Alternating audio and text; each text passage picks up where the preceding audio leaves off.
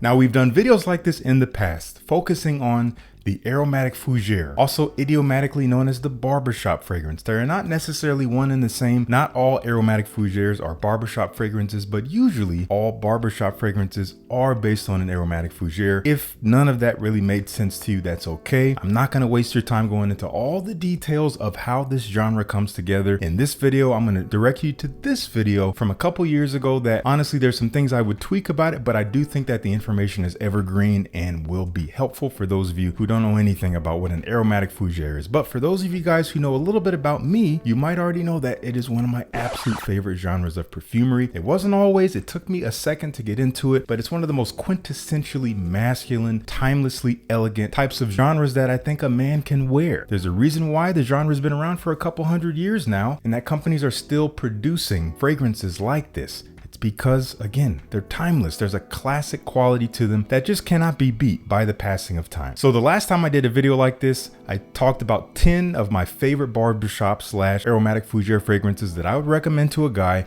This was probably like 8 months ago. So I was a little bit torn as to whether or not to do this video talking about my favorite 10 out of 10 barbershop fragrances. These are the cream of the crop. Now, in the last video I did 8 months ago, there's some 10s in there as well. However, I wanted to avoid redundancy. So painstakingly, I'm going to have to omit the fragrances I included in that last video that I would include in a video like this. But just for the sake of giving them the flowers that they deserve, I'm going to put them here on screen. These are all 10s to me. They were all in the previous video and they're all wonderful. I'm going to link them all down below in the description if you want to check them out, and I highly recommend it because they're some of my favorites. So I've selected a crop of 8 here that are not those fragrances that I still believe are 10s for me. Now, we've talked about 10 out of 10 fragrances quite a bit this past year or so, and I've defined it a number of times, but just to give you a brief overview, they suit my needs as far as function, they move me as far as their scent, and there's something inexplicable about them. There's an X factor that I cannot explain in words as to why I love them. They just make me feel like myself. With all that out the way, links to everything will be in the description, as I said, and let's dive right into it. I got to start with this one because this fragrance was my first love as far as the aromatic fougere. It was my introduction. I got a sample of it years ago, probably 8-9 years ago.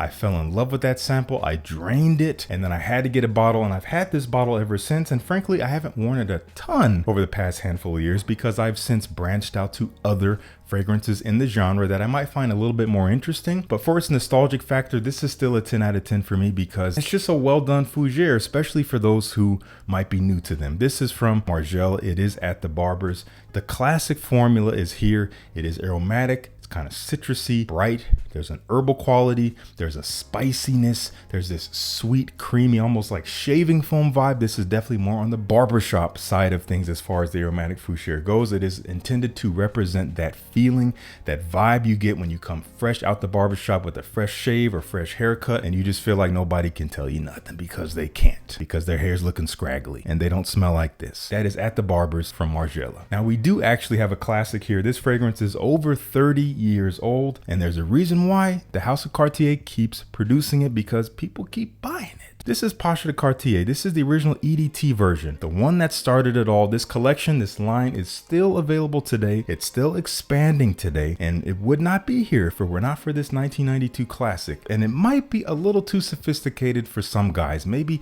stuffy, so to speak. Some of you guys might find it that, and that's okay. You're not obligated to like anything that I'm sharing with you. I'm just sharing with you what I love, and that's all this is. This is a little bit further away from the barbershop style of things, more towards the general classic aromatic fougere based on moss and woods, some bitter herbal citrus qualities, a touch of that slightly sweet tonka bean / coumarin vibe in there, almost smooth, creamy, especially in the base as it dries down. But this one has this sharp edge to it, might even lean a little bit animalic, just a touch. I don't think there's animalic qualities in here explicitly, but something leans that way in this. It's either the mossiness or some kind of herbalness or maybe a citrus, something in it that is just kind of sharp edged and may rub some guys the wrong way, may feel a little bit too old school, and that's again totally fine. But for me, when I wear this stuff and I don't need much of it, it's still pretty strong. Even for an EDT, man, I was blown away by the presence of it. It lasts easy 8 hours on my skin, and I'm smelling it around me pretty much the whole time. But that's not why I love it. I love it because of the way it smells, the heritage that it carries, the quality that it carries, and just the way it makes me feel when I wear it. That is Cartier Pasha de Cartier EDT. As you saw on screen earlier, we featured Viking, the original Creed Viking, in the last video we did like this. So again, to avoid redundancy, I'm avoiding including that one here, even though I love that one, and I honestly even love it just a touch more than this, even though I would also consider this a 10 out of 10. This is Viking Cologne. Now, as far as Creed goes, I've had a lot of you guys, whenever I mention Creed and or aromatic fougere, some of you guys are like, man, where's Beau de Portugal? Where is Beau de Portugal? That is like the quintessential fougere from Creed. Why is it not here? I don't have it. I've been scheming on getting it. I think I might get it this year sometime. I'm not in a hurry to grab it, but I do enjoy it. From what I've smelled years ago, I'll probably get it into the collection, so fret not, my friends. I'm talking about Viking Cologne. You may not care about Viking Cologne. I really like it, and honestly, I hated it when I first tried it. I tell this story all the time. It smelled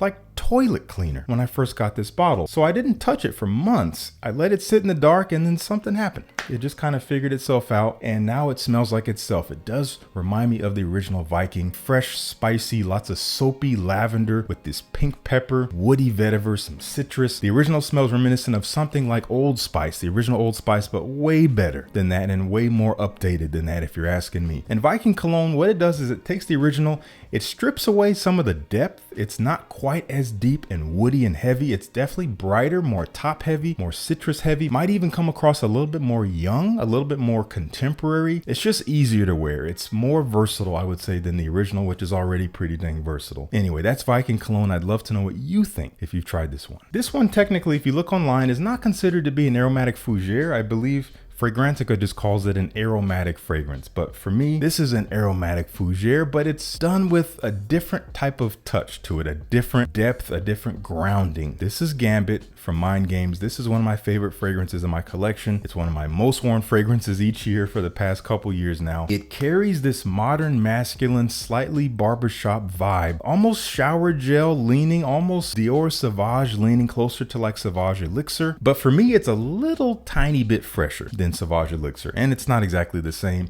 It is heavy on cloves. It's a more warm, spicy, aromatic fragrance. Lots of cloves. There is lavender in here, so there's that cleanliness, this dry, woody depth, a little bit sweet. There's some earthy patchouli. That petitgrain really adds that dry, woody quality.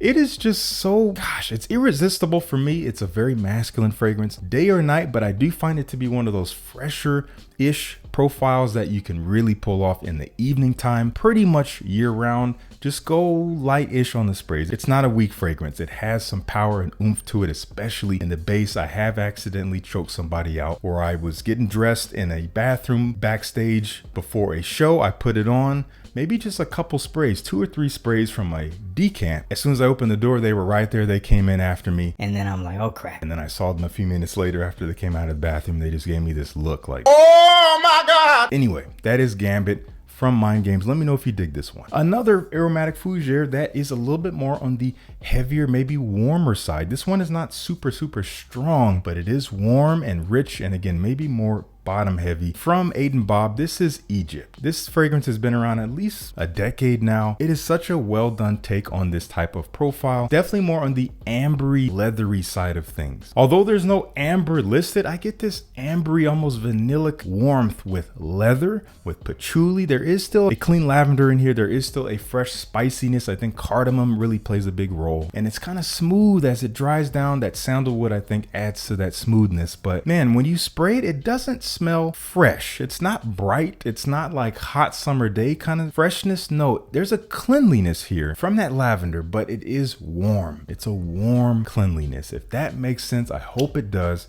It just smells very masculine. It smells very gentlemanly. It smells a little bit more mature perhaps. And I just love the feeling I get when I just got a couple sprays of this. I'm getting the wafts around me. I just feel like the man.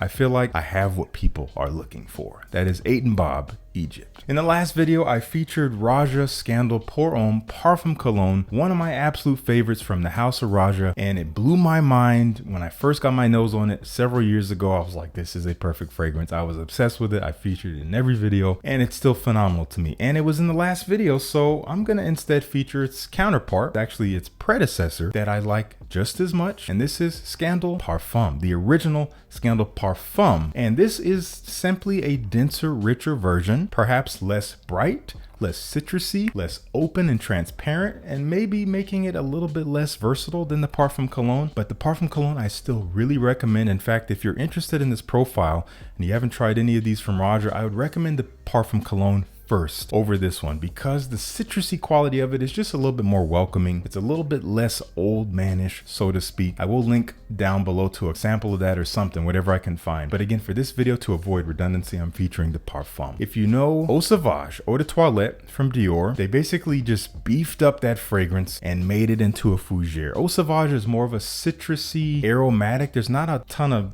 overt Fougère qualities, not this clean soapy lavender that pops out or anything like that. It does have a mossiness, a woodiness, and a lot of citrus bite, but here you get all of that in addition to this slightly sweet, smooth, warm quality that you expect out of a barbershop style scent, and a little bit of this animalic edge. Once again, not too different from Pasha that I described earlier. It's not an overtly animalic ingredient in here. It's just the way that maybe some things are behaving. Again, a mossiness, a citrusy quality, maybe an herb. There's a ton of notes in this one, so I couldn't tell you which one it is, but it does give this quality of something a little bit more mature, a little bit more edgy, but still clean, classy, and very attractive. If you want a professional vibe, this is a great one to go with. That is Roja Parfum Scandal Pour On. This fragrance was also a love at first sniff. It was sent to me by a dear friend of mine, you know who you are, back when it came out. Actually, when it was re-released in 2020, it actually came out earlier in the private blend line. It was pulled because I guess sales weren't good, and then they reintroduced it into the signature line, and I'm sure a lot of you guys already know what it is by now. It is Beau de Jour. Once again from Tom Ford. This one is definitely more on the old school side of things. Oak moss, lots of lavender, dry, mossy, clean lavender, sweet, ambery, earthy, damp patchouli in here. If you know Davidoff Zeno, it's similar to that, just with more richness, more depth, and more oomph behind it, at least compared to the current formulations of Zeno. The original ones from the 80s are probably just as dense, if not denser than this, but you don't want to go with that. I would go with this one because it does have this contemporary flavor to it. It smells classic, yes, but it still smells modern and still pretty timeless as far as a Fougère goes, but definitely more on the sophisticated side. You younger guys who are looking to get into the genre, I wouldn't start with this one. It might be a little too edgy for you, but I find it beautiful, so well done, such a complete scent. Beau de Jour from Tom Ford. And finally, our 8th fragrance here, but not least by any means. Unfortunately discontinued from what I understand. Unfortunately not easy to find. So if you can find a sample, I would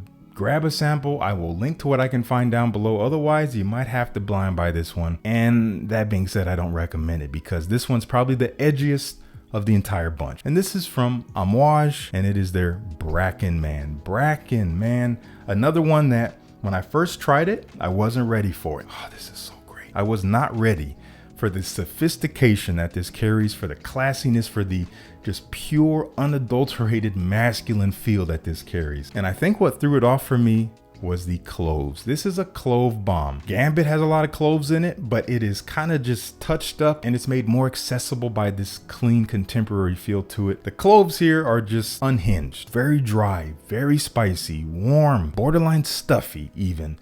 But man, the way that this all comes together, this clean feel that is still warming, spicy and woody, and it pays homage to the classic Fougère, but at the same time, it smells like Amouage, and it smells like really no other Fougère that I've tried. It really stands apart as something special, and it's a bummer to me that they discontinued this. But boy, if you can get your hands on this one and you're ready for something super sophisticated, you're ready for something that people will take seriously, that's not going to smell like every clean out the shower boy walking around the streets here, I would check this one out. But don't work too hard to get it. If you got to pay hundreds of dollars, it's not worth it. No fragrance that's been discontinued is worth hundreds of dollars. There are better purchases you can make. So that is it, guys. I want to know what you think of these fragrances down below. Let me know in the comments. Once again, they're all available from whatever I can find in the description. I want to thank you so much for tuning in. Peace.